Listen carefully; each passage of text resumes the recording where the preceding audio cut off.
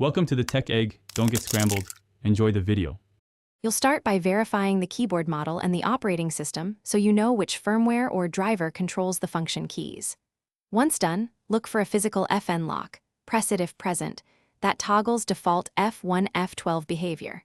Next, remove simple debris with compressed air because dirt often blocks contacts. Make sure to test keys after clearing.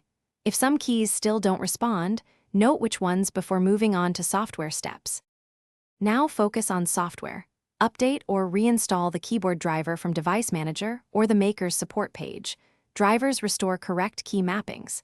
Then open the manufacturer utility. Many laptops have an FN configuration tool. Change mode between multimedia and function key default. Also check OS accessibility shortcuts that can hijack FN combos and disable them. After applying changes, restart the system.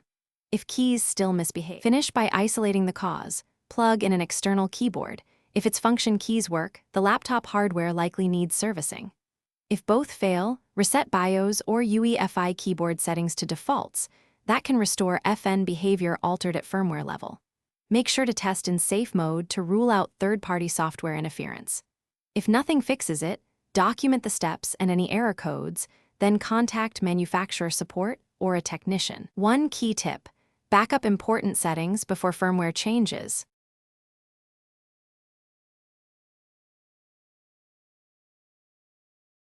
Thanks for watching. Consider subscribing if I helped unscramble your problems.